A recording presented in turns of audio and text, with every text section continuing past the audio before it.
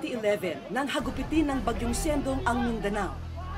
At isa sa pinakamalalang napinsala ay ang Iligan City.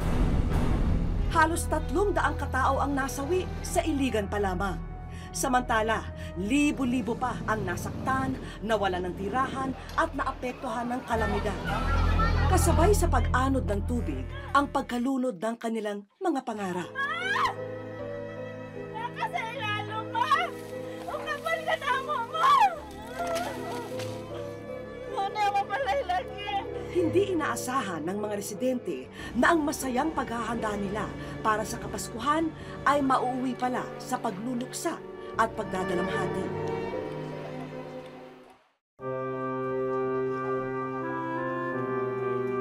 Ilang tulog na lang at Pasko na. Pero para sa pamilya ni Honey, sa dampi ng hangin lang nila ito ramdam. Gagawin ko sa inyo, wala akong trabaho ngayon eh. Ang kalagayan ko ngayon eh. Ay, okay na. Sanay na kami na hindi yung grande yung Noche Buena. Taon-taon naman eh. Tsaka, di ba, sabi nga nila, mas importante yung kompleto pamilya tsaka malaya tayo sa sakit. Eh, ito talagang kapatid ko na to, drama-drama mo. Pero tama ang kapatid mo. Basta magkakasama tayo, ayos na yun. Yung iba nga dyan, masasarap ang handa. Pero hindi naman sila masaya, di ba? At least tayo, masasaya tayo. Tama! Sabi nanay, tama. At ang mahalaga siyempre, magpasalamat tayo at hanggang ngayon, mayroon tayong pagkain, di ba? Di ba? Tama yan tayo kahit na pangat, no? Masarap yun. Abutin pa ba natin ng pangal, yung ating ulam? Sana. Tama na nga yan. Kain na kayo at lalamig na ang pagkain. Pwede kumain. Nananatiling masaya at buo ang pamilya ni Honey. Dahil sa kabila ng hirap na kanilang dinaranas, positibo ang pananaw nila sa buhay.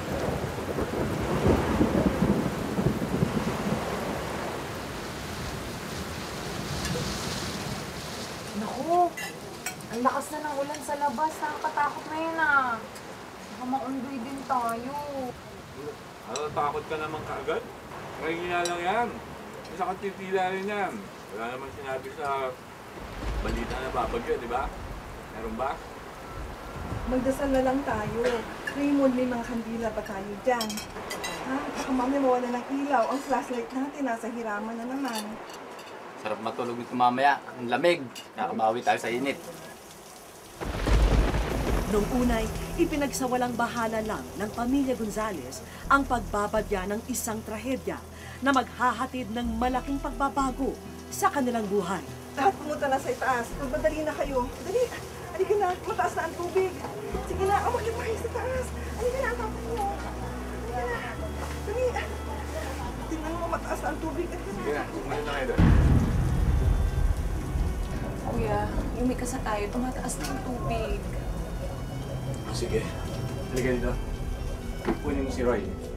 Tapos lalabas muna kami ha. Dito lang kayo. Basta, sumama ka lang sa akin. Hawakan mo si Roy ha. Kumapit ka lang sa ate mo. Ikaw huwag kang malikot ha. Dito lang kayo. Babalikan ko kayo. Halika na.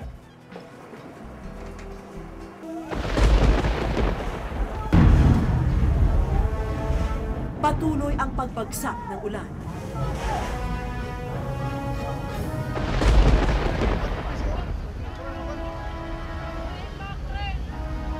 Dito lang kayo ha. Mag-iingat ka. Hani, alisto kayo dito ha. Takot ako eh. Babalikan ko lang sila nanay tsaka si tatay. Huwag kayong lalayo sa atin ninyo ha. Kunin mo si Roy. Kuya, mag-iingat ka. Huwag kang lalayo sa ate mo ha. Sige, Ingat ka, ingat ka. kuya. Dito lang kayo ha. Huwag kayong pupunta kahit saan.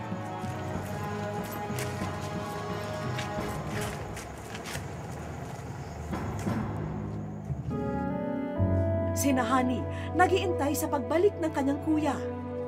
Sinubukan ni Honey na tawagan ng kapatid, ngunit hindi niya ito makontak.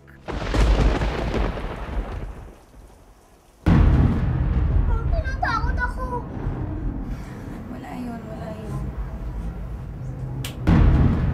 Ate, ano yung narinig ko? Wala yun na hindi.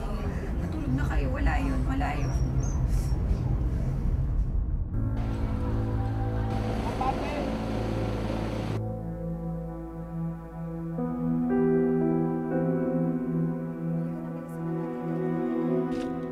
Pagputok ng umaga, agad tinungo ni Honey ang kalapit bahay kung saan nila natanaw ang iba pang miyembro ng kanilang pamilya.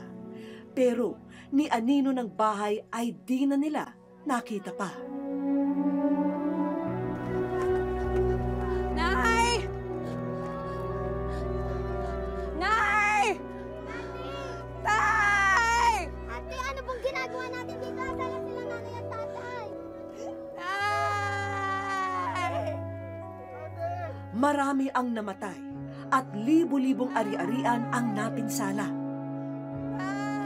Isa-isang sinipat ni Honey ang mga labing nasabat ng mga rescuer. Ngunit wala sa mga ito ang kanyang mga kadugo.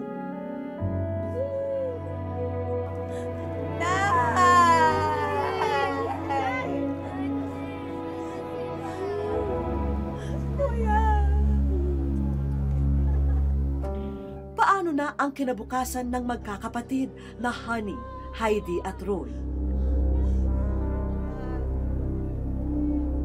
Mayroon pa kayang magandang bukas na nakalaan para sa kanila?